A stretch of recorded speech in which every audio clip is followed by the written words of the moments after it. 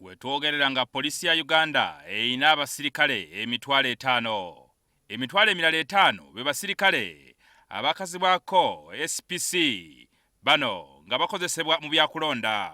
Kino kitegeeza nti abasirikale bonna awamu bawerera ddala emitwalo 10. Okusinziira kacooka ebyokulonda ebifo ebirondebwamu biri emitwalo 3,400 mu 344. Amateeka g'ebyokulonda gagamba nti buli kifo kirina okukuumibwa by'ebyokwerinda oba abapoliisi abali ku ddaala lya SPC 2. Kyokka newankubadde omuwendo guno gusobolera ddala okukuuma ebifo ebirondebwamu, amagye gakozesebwa mu byokulonda. Amyuka omuduumizi wa poliisi omujja yategeezezza jjuuzi nti ebitongole by'okwerinda birina okuyambagana okusobola okukuuma emirembe mu ggwanga mu biseera ebyokulonda. I would also love to tell Ugandan, security requires partnership. We should not just think it is the police to enforce that. We should be partners in ensuring that we have peace, because by the end of the day it's good for all of us. Twogeddeko n'abakugu ne batangaza ku ngeri poliisi gy'erina okukolaganamu n'ebitongole ebirala ng'amagye mu biseera by'okulonda.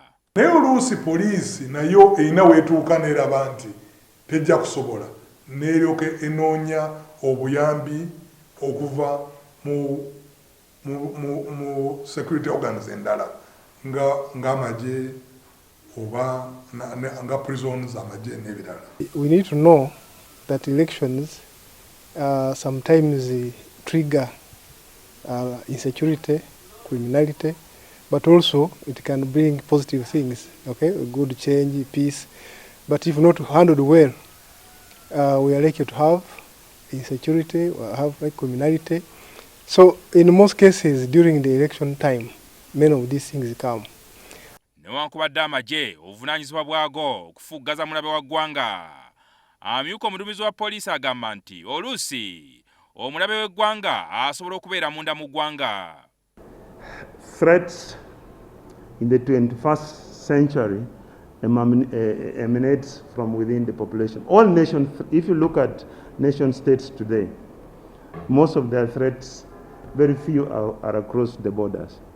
Teeka ligamba nti ku buli polling station amateeka agafuga ebyokulonda nga Presidential Elections Act, nga Parliamentary Elections Act, Local Governments Act n'amalala googera ku polling day constables, abapoliisi abayambako ku byokulonda, naye baba bategeeza abanaabeerawo ku polling station.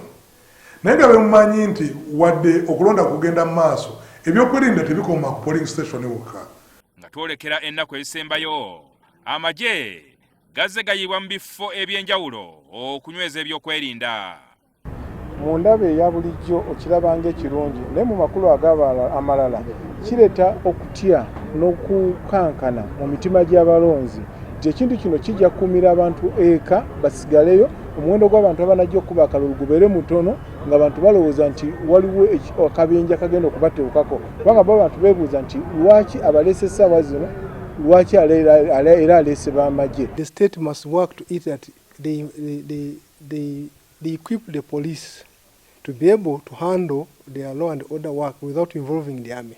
But at the moment where they don't have capacity, then other security forces must come. Kyokka bano bajjukiza bannayuganda nti obuvunaanyizibwa bw'ebyokwerinda butandikira ku muntu kinnoomu. This general you see before you, I don't know if he knows even how to kill a fly. So slapping could even be too much for him. Okulonda kuno kuleme kutwawula nnyo, kubanga okulonda kujja kuggwa, Uganda ejja kusigala.